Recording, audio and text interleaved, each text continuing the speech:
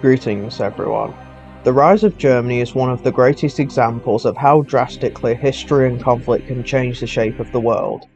Within the span of 3 generations, Germany had gone from a disunified band of states to a world great power and the greatest power in Europe since the age of Napoleon.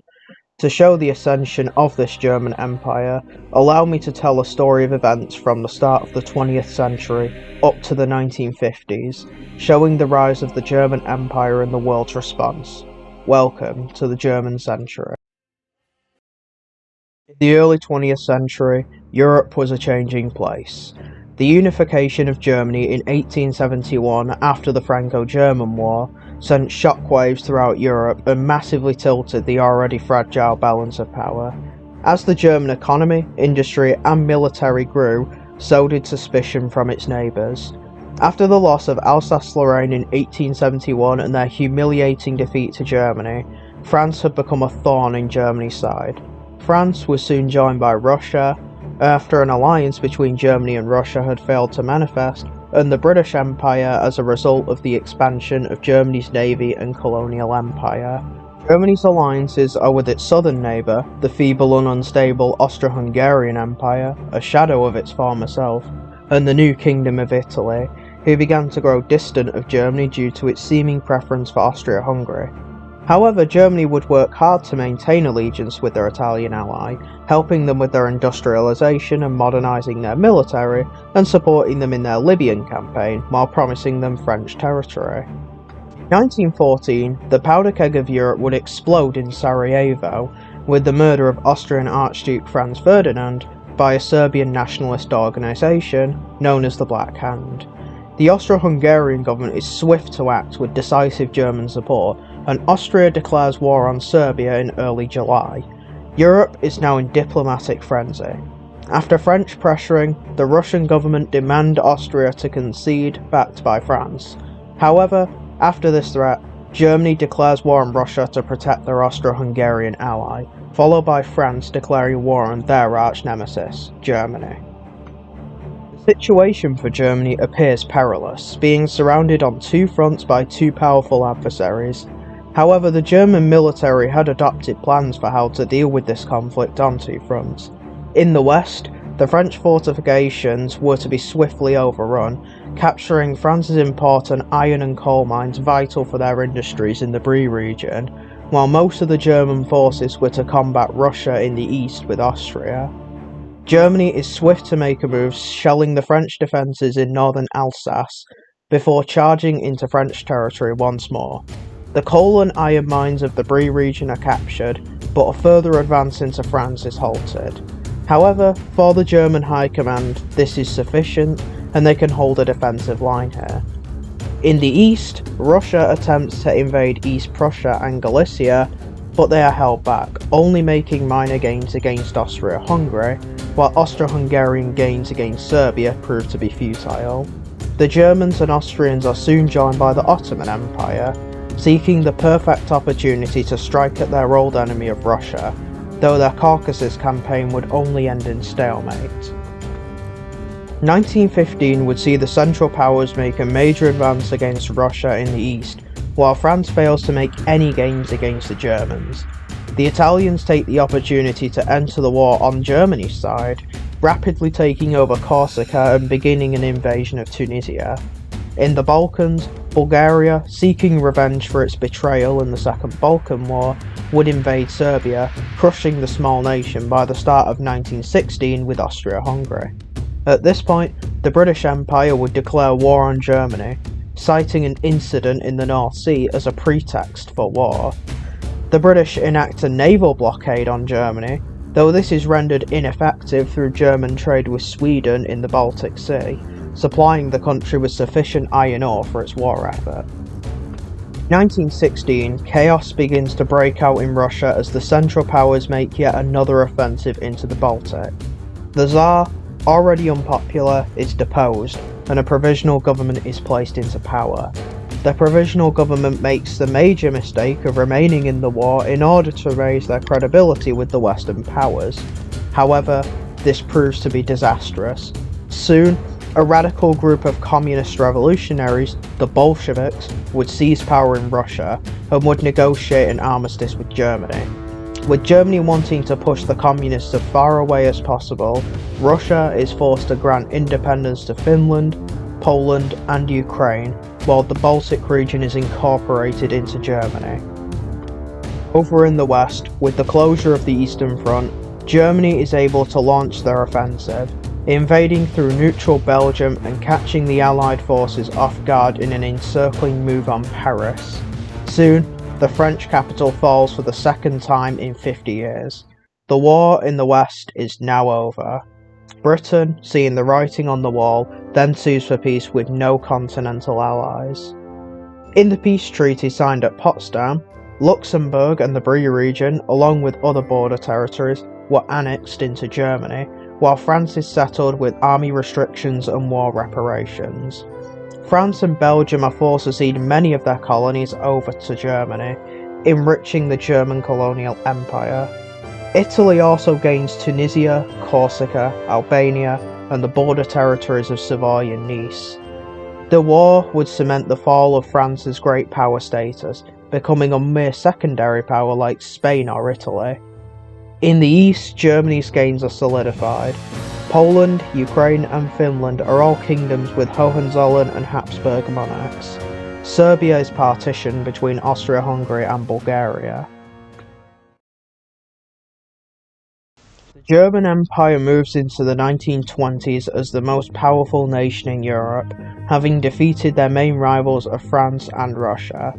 With this new great power, the old Triple Alliance is scrapped, and a new alliance known as Mittel Europa emerges, an economic and military pact initially between Germany and its Eastern European neighbours, and later joined by the Scandinavian nations, the Netherlands, Austria-Hungary, and a newly independent Ireland as a check against British power. Receiving war reparations from their enemies and German trade with the rest of the world, the 1920s sees the German economy boom to new heights, boosting their already huge industrial base, bolstered by graining from Ukraine, the breadbasket of Europe. The German monarchy's popularity is also helped by their victory in the war, proving that monarchy is here to stay in Europe. Things are less well in their southern neighbour, the Austro-Hungarian Empire. Their new emperor, Karl I, has desires to reform the stagnating empire into a federation for all of their nationalities. However, this is opposed by the Hungarians, who are less keen to give up any of their territory. This ultimately leads to a civil war within the empire starting in 1920. The German Empire swiftly intervenes in this conflict, not wanting to see their primary ally fall apart, supporting the Austrians and reformists alike. The Hungarian uprising is crushed and the Confederation of the Danube is established, and it firmly integrates into the Mittel Europa system alongside Romania and Bulgaria. In the east, the Bolsheviks complete their seizure of power, driving the white forces into exile or being killed. By 1921, Russia is firmly under communist rule. Lenin would live a few more years before being succeeded by Joseph Stalin, who would enact a series of 5-year plans to industrialize the Soviet Union, though this comes at huge human cost alongside purges against anyone opposed to his rule. The Soviets see Germany as their main enemy, being a monarchy and having stripped lots of territory from the former Russian Empire. The Soviet military sees a major rearmament program in the 1930s, leading the Germans to do the same. Eastern Europe remains a huge source of tension. Over in the West, France, having faced 2 humiliations for Germany at this point, and now facing reparations and army restrictions, falls into major instability. Their economy collapses, being mired in extraordinary amounts of debt, leading to hyperinflation in the nation. All of this leads to a revolution in France in 1922, inspired by the Bolshevik Revolution in Russia and being funded by the Soviet Union. A socialist revolution takes over France, led by many former war veterans resentful of the establishment for playing with their lives so recklessly, only to return to a diminished nation. The flames of revolution erupt all over France, leading to the declaration of the Commune of France. The French nationalists, led by former General Philippe Pétain and those loyal to the government, attempt to oppose this revolution, but their attempts are unsuccessful, and the French exiles establish the French state in Algeria. However, rebellions and wars of independence erupt in French Africa. However, these are eventually pacified. The French Commune goes down a very different path to the Soviet Union, despite their common ideology. The Commune is much more democratic, with elections being held every 5 years. The Commune's main focus is spreading socialism to the rest of Europe, namely in neighbouring Spain, which is already seeing its own wave of instability, despite being neutral in the Great War, as communist groups are funded by France and the USSR. An unstable republic is established in 1931, before civil war eventually erupts between the left and right in 1936. Nationalists, led by Franco, are supported by Germany, Austria and Italy, who send expeditionary forces to help. However, the French and Soviets send massive amounts of aid to the communists. In 1937, France takes a much more drastic action and directly invades Catalonia, occupying the region with modern tanks and planes and providing equipment and training to Republican and Communist forces. Eventually, the French and Germans come to directly clash in the Basque region, as French airplanes bomb German camps in Spain. The German government and public were outraged upon hearing this, and demanded the French Commune withdraw from Spain or face war, seeing it as an invasion. The French realise they cannot be surrounded by 3 enemies at the same time, and launch another offensive into Spain, thinking the German demands were bluff. However, the Germans were not bluffing. In October 1937, the German Empire declares war on the French Commune, followed 2 days later by the Danubian Federation and Italy. The French immediately begin fortifying their border against any possible invasion, having already built a strong defensive line on the German frontier. This is designed to buy up time for the Soviets to enter the war, which Stalin reluctantly agreed to at the start of 1938, launching an invasion of Ukraine. The Soviet invasion of Ukraine begins to bog down quickly, as the Red Army suffers from poor leadership, equipment shortages and low morale. Their large numbers become useless against well-trained and highly motivated German and Danubian forces, who hold the line at Donbass, thoroughly humiliating the Soviets. Continues inflicting major damage to the French defensive line through artillery fire and aerial bombardments, before eventually breaking through in early April, smashing across the Franco-Belgian frontier and entering Paris on May 1st. At this point, nationalists loyal to the French government in exile rise up in southern France, and Pétain lands in France on May 9th. The Commune collapses shortly after as German and Free French forces blitz across the nation.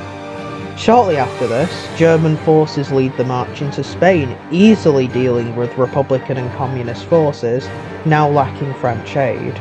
Soon, Franco marches into Madrid, ending the Spanish Civil War with a decisive nationalist victory. At this point, the Germans turn around and confront the Soviet Union. Even nations like the Ottoman Empire and Romania join in on the anti-communist crusade. In 1939, the German and Ukrainian forces push the Soviets out of Ukraine and into Russia itself. Soon, Leningrad, the centre of the communist revolution, falls, and Moscow follows shortly after, with Stalin committing suicide in the city. The Russian army collapses withoot a leader and mass desertions take place. The Imperial German army enters the Caucasus nearly unopposed. At this point, Zhukov and Rokossovsky take over the Russian government, and make peace with Mittel Europa on the 1st of December 1939, ending the war. This war would see the end of the Soviet Union and the re-establishment of Russia, this time as a constitutional monarchy, and the ending of communism. Ukraine is compensated with Rostov, and war reparations are paid, but no more territory is stripped. France becomes fully unified again under Philippe Pétain, though a constitutional monarchy is also instated with a Hohenzollern king being given partial powers in France. The same occurs in Spain, now under Franco but still under the prior Bourbon monarchy. With their regimes now restored, France and Spain form a Latin bloc, later including Portugal, Italy, Greece and the Ottoman Empire, becoming the new main powerhouse of the Mediterranean Sea. Despite this, Mittel Europa remains the strongest alliance in the world, with Germany and Danubia both at the centre. Kaiser Wilhelm II passes away in June 1941, and is remembered as a great figure in German history on par with that of Frederick the Great. He is succeeded by his son, Wilhelm III. Germany becomes the centrepiece of the world economy, replacing the British Empire, who continues to be a major economic rival of Germany, though Germany is threatened by the massive American economy and market, and has a trade rivalry with the US, though Germany dominates European markets, even having major economic influence. However, over in East Asia, tension is boiling over. In 1937, Japan had launched an invasion of a German-aligned China. However, Germany had not responded, mainly due to a harder ability to fight in the Pacific, but also the fear of France and the Soviet Union. By 1941, however, both of these factors had gone away, and Japan had become desperate for resources. Japan laid their eyes on the British and German colonies in the Far East, hoping to overthrow the dominant European powers in the region. With Europe now at peace, the Japanese military found their time running out. On December 7, 1941, the Imperial Japanese Navy strikes at the British base at Singapore, devastating the British fleet in the Far East in order to cripple what the Japanese perceived to be their biggest threat, while they launch an invasion of German Indochina, and a few days later, on December 11th, Germany and the Netherlands declare war on Japan, starting the Great Pacific War. The Japanese quickly attack Malaysia and Celebes, but get bogged down in the thick jungle of Borneo and are heavily resisted by Dutch Indonesian forces. The same is true in Indochina, with the Imperial German Army holding off the Japanese, the Germans also assisted by Chinese forces even despite their lesser technology. However, much worse for the Japanese is that the Royal Navy did not get decisively destroyed in full, only most of their Pacific fleet. Much of the British fleet, the largest in the world, is able to go for the Pacific and fight alongside the German High Seas Fleet and the Dutch Navy. Additionally, the Japanese live in a constant state of fear that the United States may join the war to help the European powers or to protect Guam and the Philippines. However, this never ends up happening. In late 1942, the Royal Navy, now revitalized, battles the Imperial Japanese Navy in the Battle of the South China Sea. The battle is a relative stalemate at first, but as the Imperial German fleet reinforces the Royal Navy, the Japanese fleet is decisively defeated and British colonial forces enter Indochina, mainly from Australia and India. The final blow to Japan would come in 1943, with the entry of Russia into the war, occupying Manchuria, while China is bolstered by German and British Commonwealth forces, allowing them to fully push back Japan. This forces Japan to make peace with the coalition. Japan loses all of their gains in China and only gets to keep Korea. After the war, Chiang Kai-shek, supported by the Germans, is able to fully unify China under his rule, forming a strong German ally in the Far East, while Japan goes back into isolationism. India, growing demand for greater representation leads to the British government establishing India as its own dominion, similar to Canada, Australia and South Africa in 1948. There are a few rebellions in the country, but these are eventually pacified. The Dutch are also able to maintain control of Indonesia through a similar measure. By 1950, the world is divided into three major power blocks. The most powerful is the Mittel Europa Pact, led by Germany and the Confederation of the Danube, encompassing most of Europe and a huge part of the world's economy. There is also the British Commonwealth, including the UK, Canada, Australia, New Zealand, South Africa, India, and the rest of the empire. The third bloc is the Latin bloc, the dominant power of the Mediterranean, including France, Italy, Spain, Portugal, Greece, the Ottoman Empire, and a newly independent Egypt. The United States is a major power, especially economically, but is isolationist, bringing Central America under its control and ensuring no outside great power gets a major foothold in the Americas. The US holds good relations with all major powers. Russia, under the constitutional monarchy, faces a much greater challenge, and the government is fairly unstable, with the military growing increasingly powerful. Japan eventually breaks out of their isolation and begins trading with the rest of the world, becoming a massive economic power in Asia, while China is unified after 30 years of war and invasions under the nationalist Kuomintang. Only time will tell what the second half of the 20th century will have in store. Will the British Commonwealth disband, leaving Germany as world superpower? Will the massive American economy break out of isolationism and enter a trade war with Germany? Will Britain revitalise itself and reassume the throne? Will Russia be taken over by the military? These questions sit in the minds of geopolitical analysts and will be answered in the next 50 years.